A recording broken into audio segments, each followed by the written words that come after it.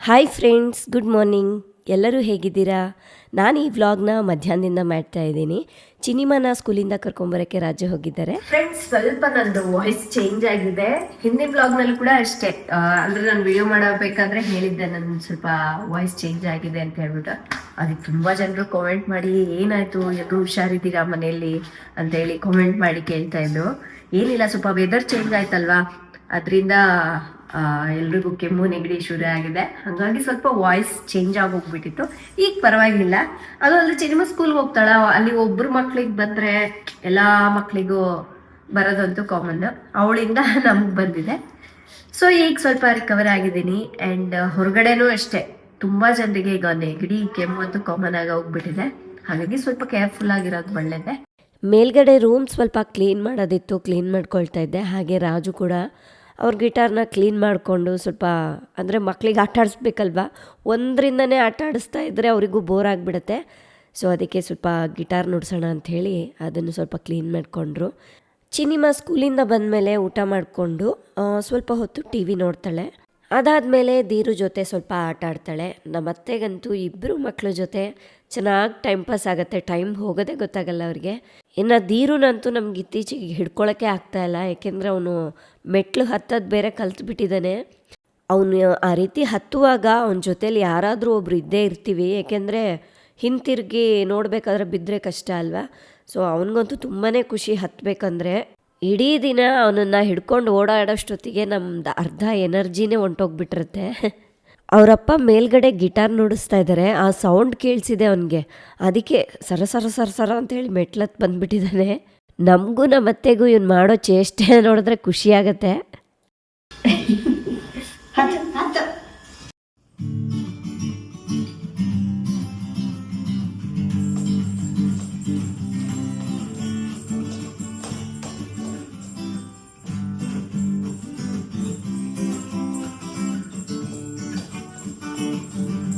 ಇದು ಸುಮಾರು ಒಂದು 20 ವರ್ಷದ ಹಳೆಯ ಗಿಟಾರು.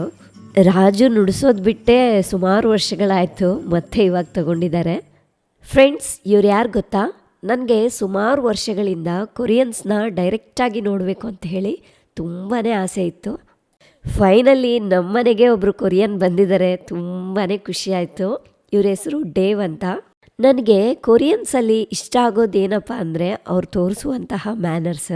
ತುಂಬ ರೆಸ್ಪೆಕ್ಟ್ಫುಲ್ಲಾಗಿ ಬಿಹೇವ್ ಮಾಡ್ತಾರೆ. ಸೊ ನಾನು ಬರೀ ಮೂವಿಗಳಲ್ಲಷ್ಟೇ ಅಂದ್ಕೊಂಡಿದ್ದೆ, ಬಟ್ ಇವರನ್ನ ಡೈರೆಕ್ಟಾಗಿ ನೋಡ್ತಾ ಇದ್ದರೆ ಅವರು ಕೂಡ ಹಾಗೇ ಇದ್ದಾರೆ.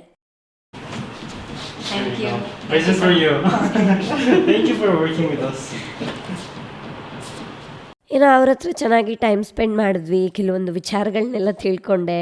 ಅವ್ರ ಕಂಟ್ರಿಯಲ್ಲಿ ಹೇಗಿರ್ತಾರೆ, ಏನು ಕತೆ, ಅದೆಲ್ಲದನ್ನ ಶೇರ್ ಮಾಡಿದ್ರು. ಇನ್ನು ಅದಾದಮೇಲೆ ರಾಜು ಅವ್ರ ಟೀಮ್ನೆಲ್ಲ ಕರ್ಕೊಂಡು ಮಧ್ಯಾಹ್ನ ಲಂಚ್ಗೆ ಹೊರಗಡೆ ಹೋದರು.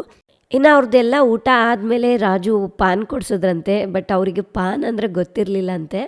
ಒಂದೆರಡು ಸ್ಪೆಷಲ್ ಪಾನ್ ತಿನ್ಸಿದ್ರಂತೆ. ಅವ್ರ ಎಕ್ಸ್ಪ್ರೆಷನ್ ನೋಡಿ ನನಗಂತೂ ನೋಡಿ ತುಂಬಾ ನಗು ಬಂತು. ಅವರು ವಿಡಿಯೋ ಕೂಡ ಮಾಡ್ಕೊಂಡ್ರಂತೆ. ನಾನು ಅಲ್ಲಿ ನಮ್ಮ ಫ್ರೆಂಡ್ಸ್ಗೆಲ್ಲ ತೋರಿಸ್ತೀನಿ, ಪಾನ್ ಅಂದರೆ ಹೀಗಿರುತ್ತೆ, ನಾನು ಟೇಸ್ಟ್ ಮಾಡಿ ಬಂದಿದ್ದೀನಿ ಅಂತ. ಅವರಿಗೆ ನಮ್ಮ ಇಂಡಿಯನ್ಸ್ ಕಾಮನ್ ಆಗಿ ಒಂದು 4-5 ಲ್ಯಾಂಗ್ವೇಜಸಲ್ಲಿ ಮಾತಾಡ್ತಾರೆ ಅನ್ನೋದೇ ಶಾಕ್ ಆದ್ರಂತೆ. ಏಕೆಂದರೆ ಅವ್ರು ಕೊರಿಯಾ ಮತ್ತು ಸೆಕೆಂಡ್ರಿ ಬಂದು ಇಂಗ್ಲೀಷ್, ಇವೆರಡು ಲ್ಯಾಂಗ್ವೇಜಸಲ್ಲಿ ಮಾತಾಡ್ತಾರಂತೆ. ಈ ಥರ ಅವ್ರ ಕಂಟ್ರಿ ಬಗ್ಗೆ, ಕಲ್ಚರ್ ಬಗ್ಗೆ ತಿಳ್ಕೊಬೇಕು ಅಂದರೆ ನಮಗಂತೂ ತುಂಬಾ ಇಷ್ಟ. ಇವರು ಟಿಮ್ ಬೆಲ್ ಅನ್ನೋ ಒಂದು ಕಂಪ್ನಿಯಿಂದ ಬಂದಿದ್ದಾರೆ. ಇವರು ಕೆಲಸ ಮಾಡೋದ್ರ ಜೊತೆಗೆ ರ್ಯಾಪ್ ಸಾಂಗ್ಸ್ನ ಕೂಡ ಹಾಡ್ತಾರಂತೆ. ಕಾರಲ್ಲಿ ಅವ್ರು ಬರ್ತಾ ಅದೇ ಸಾಂಗ್ನ ಕೇಳ್ಕೊತಾ ಬಂದ್ರಂತೆ.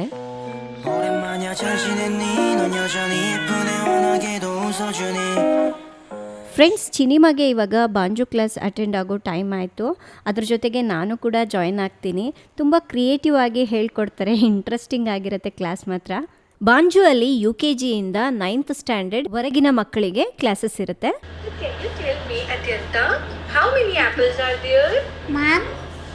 Two, 3, 4, 5, 6, 7, 8, 9, 10. ಈ ಬಾಂಜು ಅವರು ರಿಯಲ್ ಲೈಫ್ ಸೊಲ್ಯೂಷನ್ಸ್ನ ಯೂಸ್ ಮಾಡಿ ಮ್ಯಾಥ್ಸನ್ನು ಹೇಳ್ಕೊಡ್ತಾರೆ. ಇನ್ನು ಮಕ್ಕಳಿಗಂತೂ ಮ್ಯಾಥ್ಸ್ ಅಂದರೆ ತುಂಬ ಇಷ್ಟ ಆಗುವಂತೆ ಮಾಡಿಬಿಡ್ತಾರೆ. ತುಂಬ ಜನ ಪೇರೆಂಟ್ಸ್ಗೆ ತಮ್ಮ ಮಕ್ಕಳು ಮ್ಯಾಥ್ಸ್, ಸೈನ್ಸು, ಟೆಕ್ನಾಲಜಿಯಲ್ಲಿ ಚೆನ್ನಾಗಿ ಡೆವಲಪ್ ಆಗಬೇಕು ಅಂತ ಇಷ್ಟ ಇರುತ್ತೆ. ಅಂಥವ್ರೆಲ್ಲರಿಗೂ ಇದು ಬೆಸ್ಟ್ ಕೋರ್ಸ್ ಅಂತ ಹೇಳ್ತೀನಿ. ನಿಮಗೆ ಬೇಕು ಅಂದರೆ ಒಂದು ಫ್ರೀ ಡೆಮೋ ಕ್ಲಾಸ್ ಕೂಡ ಇರುತ್ತೆ, ಒಂದ್ಸಲ ಜಾಯ್ನ್ ಆಗಿ ನೋಡಿ. ನಮ್ಮ ಲಿಂಕ್ ಥ್ರೂ ಜಾಯ್ನ್ ಆದ ಮೊದಲ 200 ಜನರಿಗೆ 30% ಡಿಸ್ಕೌಂಟ್ ಸಿಗುತ್ತೆ. ಈ ಬಾಂಜು ಅನ್ನೋ ಸಂಸ್ಥೆಯನ್ನು ನೀಲಕಂಠ ಬಾನು ಅನ್ನೋರು ಸ್ಟಾರ್ಟ್ ಮಾಡಿದ್ದಾರೆ. ಇವರು ಪ್ರಪಂಚದಲ್ಲೇ ಫಾಸ್ಟೆಸ್ಟ್ ಹ್ಯೂಮನ್ ಕ್ಯಾಲ್ಕುಲೇಟರ್ ಅಂತ ಹೇಳಿ ಹೆಸರು ಹೊಂದಿದ್ದಾರೆ.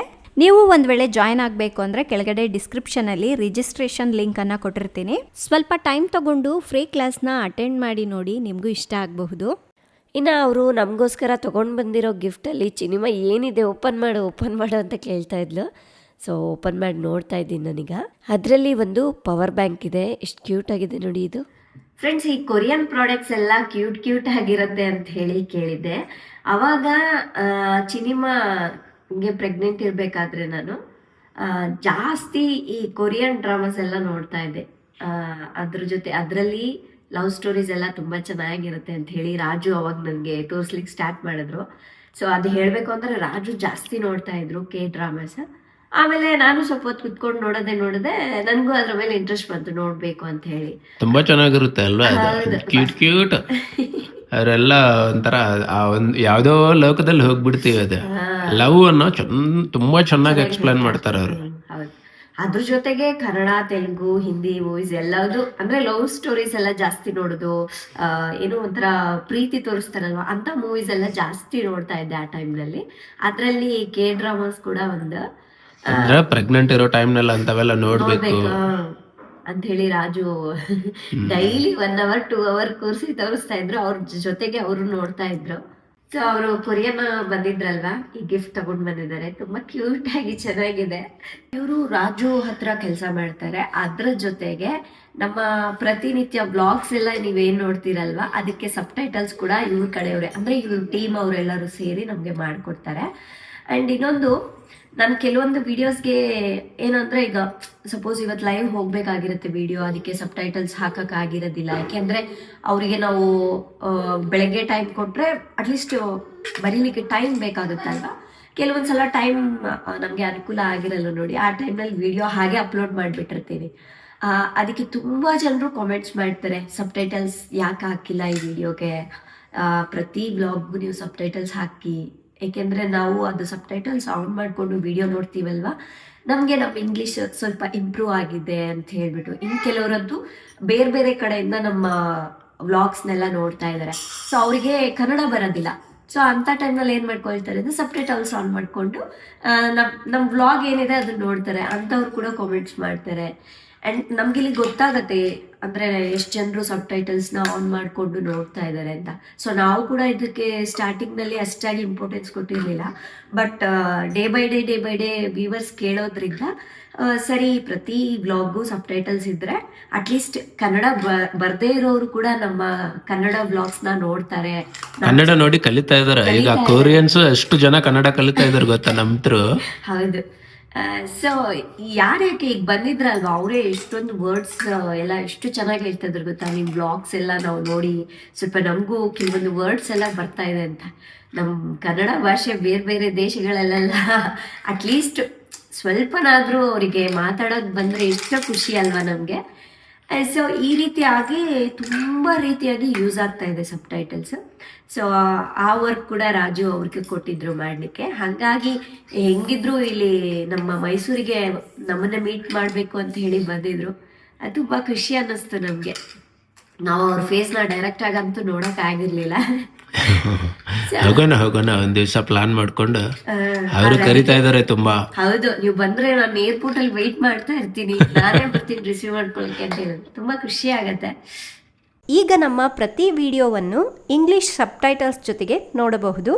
ಇನ್ನ ಹಾಗೆ ನಮ್ಮ ಆಫೀಸ್ ನೋಡ್ಬಿಟ್ಟು ಸಾಕಷ್ಟು ಜನರು ಕೇಳ್ತಾ ಇರ್ತಾರೆ, ರಾಜು ಏನ್ ಕೆಲಸ ಮಾಡ್ತಾರೆ, ಏನ್ ಮಾಡ್ತಾ ಇದಾರೆ ಅವರು. 2 ವಿಡಿಯೋ ಮಾಡಿದೀವಿ ಅದ್ರ ಮೇಲೆ. ಅದು 2 ಅಲ್ಲ 3 ವಿಡಿಯೋಸ್ ಏನೋ ಮಾಡಿದೀವಿ. ಹೌದಾ?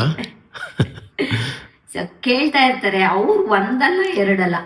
ಸೊ ಪ್ರಾಜೆಕ್ಟ್ ಮ್ಯಾನೇಜರ್ ಆಗಿ ಕೆಲಸ ಮಾಡ್ತಾರೆ, ಈ ಪ್ರೋಗ್ರಾಮಿಂಗ್ ಮತ್ತೆ ಇನ್ಯಾವ್ದ್ರ ಜಾಬ್? Media marketing.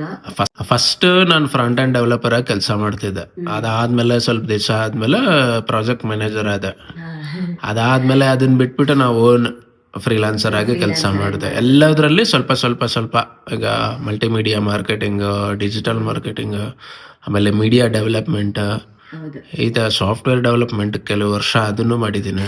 ಅವ್ರಿಗೆ ಇಂತ ವರ್ಕ್ ಅಂತ ಅಲ್ಲ, ಎಲ್ಲದೂ ಸ್ವಲ್ಪ ಸ್ವಲ್ಪ ಮಾಡ್ತಾರೆ. ಎಲ್ಲ ರಜೆ ಎಲ್ಲದೂ ಅಂದ್ರೆ ಅದು ಫಸ್ಟ್ ಪ್ರಾಜೆಕ್ಟ್ ಮ್ಯಾನೇಜರ್ ಆಗಿ ತುಂಬಾ ಟೈಮ್ ಸ್ಪೆಂಡ್ ಮಾಡಿಬಿಟ್ಟಿದ್ದೀನಲ್ಲ, ಎಲ್ಲದ್ರ ಬಗ್ಗೆ ಗೊತ್ತಾಗ್ಬಿಟ್ಟಿದೆ.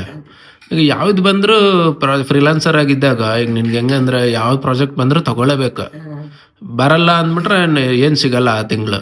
ಅವಾಗ ಮೊದ್ಲು ನಾವು ಅಷ್ಟೊಂದು ಇರ್ಲಿಲ್ಲ, ರಿಜೆಕ್ಟ್ ಮಾಡೋ ಅಷ್ಟು ಇರ್ಲಿಲ್ಲ ನಮ್ಗೆ. ಯಾವ್ದಾದ್ರೂ ಬರ್ಲಿ ಕಷ್ಟಪಟ್ಟು ಕಲಿತು ಅದೇನಿದೆ ಅದು ಮಾಡಿಕೊಡ್ತಾ ಇದ್ದೆ. ಹಾಗಾಗಿ ತುಂಬಾ ಸ್ಕಿಲ್ಸ್ ಆಡ್ ಆಗ್ಬಿಡ್ತದೆ.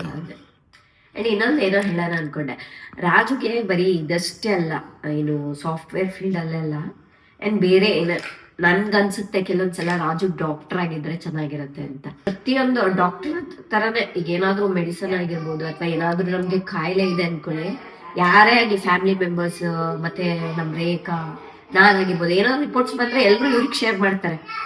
ಅದನ್ನ ಡಾಕ್ಟರ್ಗಿಂತ ಡೀಟೇಲ್ ಆಗಿ ಇವರು ಅಂದ್ರೆ ಅದನ್ನ ರಿಸರ್ಚ್ ಮಾಡಿ ಅದನ್ನ ಹೆಂಗೆ ಅಂದ್ರೆ ಡಾಕ್ಟರ್ಗಿಂತ ಡೀಟೇಲ್ ಆಗಿ ಇಲ್ಲ, ಅವ್ರಿಗೆ ಮಾತಾಡೋಕೆ ಟೈಮ್ ಇರಲ್ಲ. ಡಾಕ್ಟರ್ ಹೇಳೋ ರೀತಿನೇ ಬೇರೆ. ಅಂದ್ರೆ ಅವ್ರಿಗೆ ಭಯ ಆಗ್ಬಾರ್ದು ಅಂತ ಹೇಳಿ ಮೇಲೆ ಹೇಳ್ತಾರೆ. ಇವ್ರು ಹಂಗೆಲ್ಲ ಡೀಪ್ ಆಗಿ ಅದ್ರ ಒಳಗಡೆ ಇದಿದೆ ಅಂತ ಹೇಳಿ ನೀಟಾಗಿ ಸಣ್ಣ ಮಕ್ಳಿಗೆ ಹೆಂಗ್ ಎಕ್ಸ್ಪ್ಲೇನ್ ಮಾಡ್ತಾರಲ್ಲ ಆತರ ಎಕ್ಸ್ಪ್ಲೇನ್ ಮಾಡ್ತಾರೆ. ನನ್ಗೆ ಅದೇ ಕೆಲವೊಂದ್ಸಲ ಅನ್ಸತ್ತೆ, ಇವ್ರು ಸಾಫ್ಟ್ವೇರ್ ಇಂಜಿನಿಯರ್ ಆಗೋ ಬದಲಾಗಿ ಡಾಕ್ಟರ್ ಆಗಿದ್ರೆ ಚೆನ್ನಾಗಿರ್ತಿತ್ತು ಅಂತ ತಿಳ್ಕೊಳ್ತಾರೆ. ಕೆಲವೊಂದು ವಿಚಾರಗಳು ಇದೆ ಅಲ್ವಾ, ತುಂಬಾ ಡೀಪ್ ಆಗಿ ತಿಳ್ಕೊಂಡಿರ್ತಾರೆ. ನನ್ ನಿಜವಾಗ್ಲೂ ಅನ್ಸುತ್ತೆ ರಾಜುಗೆ ಇಷ್ಟ್ರ ಬಗ್ಗೆ ನಾಲೆಡ್ಜ್ ಇದೆಯಾ ಅಂತ ಹೇಳ್ಬಿಟ್ಟು. ನಮ್ ರೇಖಾ ಕೂಡ ಹೇಳ್ತಿರ್ತಾಳೆ, ಭಾವನ್ಗೆ ಎಷ್ಟು ನಾಲೆಡ್ಜ್ ಇದೆಲ್ಲ, ಎಷ್ಟೊಂದು ವಿಚಾರ ತಿಳ್ಕೊಂಡಿದ್ಯಾ ನೀನು, ನಮಗ್ ಬಂದಾಗೆಲ್ಲ ಏನೋ ಒಂದು ಹೊಸದ್ ಹೇಳಿ ಕಳಿಸ್ತಾ ಇರ್ತಾರೆ ಅಂತ. ರೇಖಂಗ್ ಅಷ್ಟೇ ಅಲ್ಲ, ನಮ್ಮ ಮನೆಗೆ ಯಾರೇ ಬರ್ಲಿ ಕೆಲವ್ರು ಹೇಳ್ತಾರೆ, ಈ ರಾಮ್ ಕೂಡ ಹೇಳ್ತಿರ್ತಾರೆ ಅವಾಗವಾಗ, ಈ ಸರ್ ನೀವ್ ಏನಾದ್ರೂ ಒಂದು ಹೊಸದ್ ನಿಮ್ ಹತ್ರ ಬಂದ್ರೆ ಕಲ್ತ್ಕೊಂಡು ಹೋಗಿರ್ತೀನಿ ಸರ್ ಅಂತ. ಸೊ ಆ ಥರ ತುಂಬ ವಿಚಾರಗಳು ರಾಜು ಹತ್ರ ಕಲಿಯೋದು ಸಿಕ್ಕಾಪಟ್ಟೆ ಇದೆ. ಅವರಿಗೆ ಬರೀ ಸಾಫ್ಟ್ವೇರ್ ಫೀಲ್ಡಲ್ಲಿ ಒಂದೇ ಅಲ್ಲ, ಎಲ್ಲದರಲ್ಲೂ ಇಷ್ಟಿಷ್ಟು ನಾಲೆಡ್ಜ್ ಇದೆ. ಅಷ್ಟೇ ಜಾಸ್ತಿ ಇಲ್ಲ, ಬಟ್ ಅದನ್ನ ಕ್ಲಿಯರ್ ಆಗಿ ತಿಳ್ಕೊಂಡು ಹೇಳ್ತಾರೆ ಅವರು. ಈಗ ಇಲ್ಲಿ ನಮ್ಮ ಆಫೀಸ್ನಲ್ಲಿ ಪ್ರೈಮರಿ ಮೀಡಿಯಾ ಡೆವಲಪ್ಮೆಂಟ್ ಮಾಡ್ತೀವಿ. ಇನ್ನೂ ಸಾಕಷ್ಟಿದೆ, ಬಟ್ ಅದು ನನ್ಗೆ ಅಷ್ಟು ಕ್ಲಿಯರ್ ಆಗಿ ಗೊತ್ತಿಲ್ಲ ನಾನು ಹೇಳ್ಬಾರ್ದು ಅನ್ನೋದಕ್ಕೋಸ್ಕರ ಸೊ ಮೀಡಿಯಾ ಡೆವಲಪ್ಮೆಂಟ್ ಮಾಡ್ತಾ ಇದ್ದಾರೆ ಅಂತ ಹೇಳ್ತಾ ಇದ್ದೀನಿ. ನಾನಿವಾಗ ಚಿನಿಮಾನ ಯಾಕೆ ರೆಡಿ ಮಾಡ್ತಾ ಇರ್ಬೋದು ಗೊತ್ತಾ? ಚಿನಿಮಾ ಮಾಸ್ಟರ್ ಚೆಫ್ ಏನ್ ಮಾಡ್ತಾ ಇದೀಯಾ ಇವತ್ತು? ಕುಕಿಂಗಾ? ಏನ್ ಕುಕಿಂಗ್ ಮಾಡ್ತೀಯ? ಕ್ರೀಮ್ ಬನ್ನ. ವಾವ್, ನನ್ಗೊಂದು ಕೊಡ್ತೀಯಾ?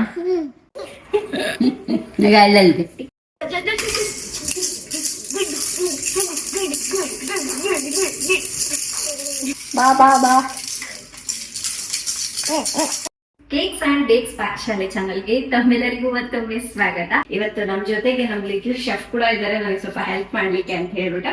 ಓಕೆನಾ, ಮಾಡೋಣ ಚಿನಿಮಾ? ಫ್ರೆಂಡ್ಸ್, ಫೈನಲಿ ನಮ್ಮ ಕೇಕ್ಸ್ ಆ್ಯಂಡ್ ಬೇಕ್ಸ್ ಪಾಕಶಾಲೆ ಚಾನಲ್ ಮತ್ತೆ ಸ್ಟಾರ್ಟ್ ಮಾಡಿಬಿಟ್ವಿ. ಇನ್ನೂ ಯಾರೆಲ್ಲ ಸಬ್ಸ್ಕ್ರೈಬ್ ಮಾಡ್ಕೊಂಡಿಲ್ಲ ಸಬ್ಸ್ಕ್ರೈಬ್ ಮಾಡ್ಕೊಳ್ಳಿ, ಚಾನಲ್ ಲಿಂಕ್ ಡಿಸ್ಕ್ರಿಪ್ಷನಲ್ಲಿ ಕೊಟ್ಟಿರ್ತೀನಿ. ಆ್ಯಂಡ್ ಹಾಗೆ ಇವತ್ತು ಕಾರ್ಪೆಂಟ್ರು ಬೇರೆ ಬಂದಿದ್ದರು. ಅಂದರೆ ನಾನು ಸ್ವಲ್ಪ ಈ ಆಕ್ಸೆಸರೀಸ್ ಎಲ್ಲ ಆರ್ಗನೈಸ್ ಮಾಡಲಿಕ್ಕೆ ಈ ಥರ ಒಂದು ಆರ್ಗನೈಸರ್ ಬೇಕಾಗಿತ್ತು. ಸೊ ಅದನ್ನು ರೆಡಿ ಮಾಡಿಸ್ತಾ ಇದ್ದೀವಿ. ಇನ್ನೊಂದು ಕಡೆ ಕೇಕ್ಸ್ ಆ್ಯಂಡ್ ಬೇಕ್ಸ್ ಪಾಕಶಾಲೆ ಚಾನಲ್ಗೆ ರೆಸಿಪಿ ಶೂಟ್ ಮಾಡ್ತಾ ಇದ್ದೀವಿ. ಈ ಚಾನಲ್ ನಾನು ತುಂಬ ಇಷ್ಟಪಟ್ಟು ಸ್ಟಾರ್ಟ್ ಮಾಡಿರೋ ಚಾನಲ್. ಯಾಕೆಂದರೆ ನನಗೆ ಬೇಕಿಂಗ್ ಮಾಡೋದು ಅಂದರೆ ತುಂಬಾ ಇಷ್ಟ. ಅದು ಅಲ್ಲದೆ ನಾವು ಚಿಕ್ಕ ವಯಸ್ಸಿನಲ್ಲಿ ತುಂಬ ಇಷ್ಟಪಟ್ಟು ತಿಂತಾ ಇರುವಂತಹ ಕ್ರೀಮ್ ಬನ್ ರೆಸಿಪಿ.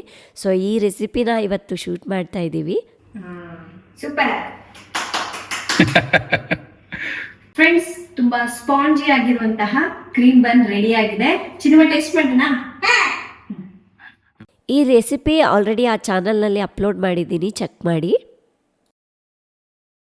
ಫ್ರೆಂಡ್ಸ್, ನಿಮ್ಮೆಲ್ಲರಿಗೂ ಗೊತ್ತಲ್ವಾ ನನಗೆ ಗಿಡಗಳಂದರೆ ಎಷ್ಟಿಷ್ಟ ಅಂತ. ಸೊ ಇನ್ನು ಫೈನಲ್ ಆಗಿ ನಮ್ಮ ಹೊಸ ಮನೆಗೆ ಗಿಡಗಳು ಹಾಕಿಸ್ಬೇಕು ಅಂಥೇಳಿ ಅಂದ್ಕೊಂಡಿದ್ದೀವಿ. ಗಿಡಗಳು ನೋಡ್ಕೊಂಡು ಹೋಗೋಣ ಮತ್ತು ಸೆಲೆಕ್ಟ್ ಮಾಡೋಣ ಅಂಥೇಳಿ ಒಂದು ನರ್ಸರಿಗೆ ಬಂದಿದ್ದೀವಿ.